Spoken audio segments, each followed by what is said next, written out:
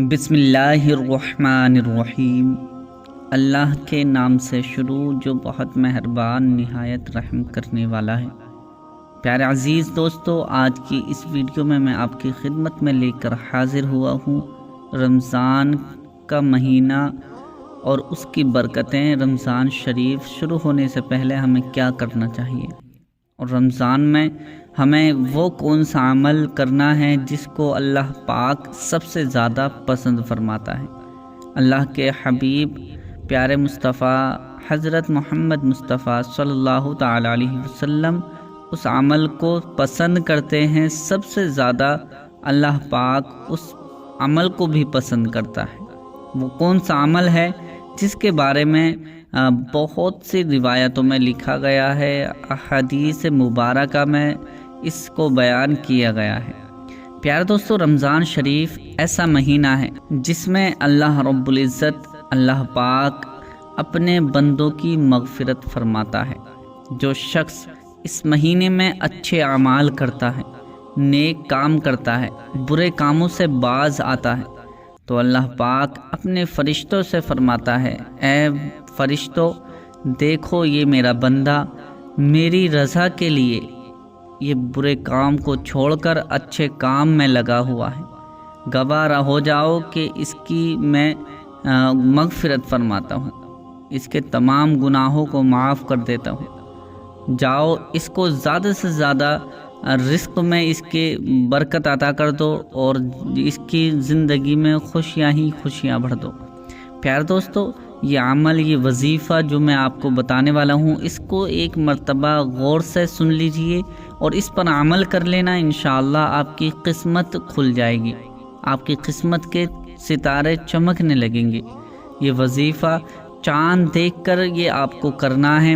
رمضان شریف کا چاند نظر آنے والا ہے اور بہت ہی خوشیوں کا مہینہ ہمارے درمیان آ رہا ہے۔ اس میں ہمیں چاہیے کہ جو شخص ہم سے ناراض ہیں، یعنی اگر کوئی آپ کے خلاف رہتا ہے اور آپ دونوں میں کوئی لڑائی جھگڑے کی وجہ سے بول چال نہیں ہے، آپ دونوں کسی بھی طرح سے مان لیجئے جیسے رشتہ دار ہیں، یا آپ کا کوئی دوست ہے، یا آپ کا آس پاس میں آپ کے پڑوسی ہیں جو آپ سے بات چیت نہیں کر پاتے ہیں آپ کی وجہ سے، یا ہو سکتا ہے کہ ان کی بھی غلطی ہو، تو آپ کوشش کریں کہ اس کو منانے کی کوشش کریں۔ اللہ پاک کو یہ عمل سب سے زیادہ پسند ہے کہ رمضان شریف میں اگر کوئی روٹھے ہوئے دوست کو مناتا ہے، دوست کا مطلب آس پاس میں اگر کوئی آپ کے پڑوسی ہیں، آپ کے بھائی ہیں،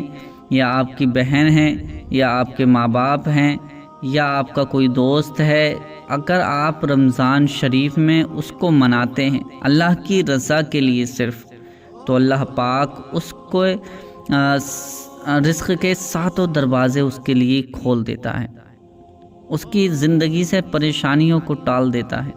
اللہ رب العزت اتنا زیادہ خوش ہوتا ہے اس بندے سے کہ اس کے تمام پچھلے گناہوں کو بھی معاف فرما دیتا ہے۔ پیارے دوستو، یہ سب سے زیادہ ضروری ہے کہ اگر ہم سے کوئی ناراض ہے تو اس کو منانا ضروری ہے۔ اب آئیے وہ وظیفہ میں بتا دیتا ہوں جو چاند دیکھ کر آپ کو یہ وظیفہ پڑھنا ہے یا سننا ہے۔ رمضان شریف کا جیسے ہی آپ چاند دیکھیں، اگر آپ کو چاند نظر آتا ہے تو ٹھیک ہے، اگر آپ کو چاند دکھائی بھی نہیں دے رہا ہے اور آپ کو شہادت مل رہی ہے کہ ہاں چاند ہو گیا ہے، سبھی لوگ کہہ رہے ہیں کہ چاند ہو گیا ہے، تو اس وقت آپ یہ وظیفہ یا عمل کر لیں۔ 3 مرتبہ درود پاک آپ کو پڑھنی ہے۔ 3 مرتبہ درود پاک، وہی درود پاک جو نماز کے درمیان اللہم صلی اللہم بارک درود ابراہیمی پڑھی جاتی ہے۔ یہ درود ابراہیمی ضروری ہے۔ اگر کسی بھائی بہن کو یاد نہیں ہے تو وہ کوئی بھی درود پاک پڑھ سکتے ہیں مجبوری میں، لیکن جن بھائیوں کو یاد ہے وہ درود ابراہیمی ہی 3 مرتبہ پڑھیں۔ 3 مرتبہ درود ابراہیمی پڑھنے کے بعد اب آپ کو 41 مرتبہ 41 ٹائمز صرف اور صرف 41 مرتبہ اللہ پاک کا یہ نام پڑھنا ہے، یا ربنا یا ربنا یا ربنا یا ربنا یا ربنا یا ربنا۔ اس طرح سے 41 مرتبہ یہ آپ کو نام پڑھنا ہے۔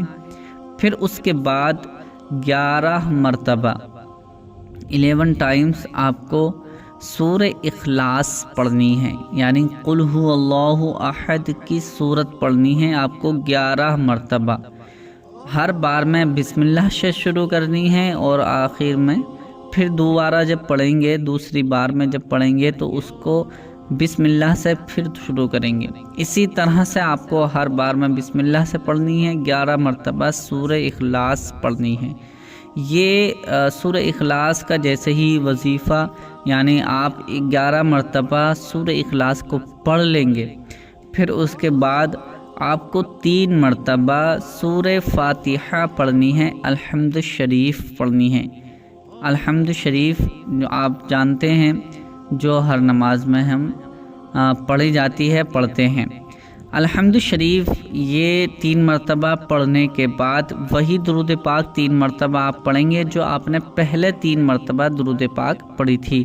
درود ابراہیمی اگر آپ نے پڑھی تھی تو درود ابراہیمی ہی اب آپ پڑھ لیں، اور کوئی دوسرا درود پاک پڑھا تھا تو دوسرا بھی درود پاک آپ پڑھ سکتے ہیں۔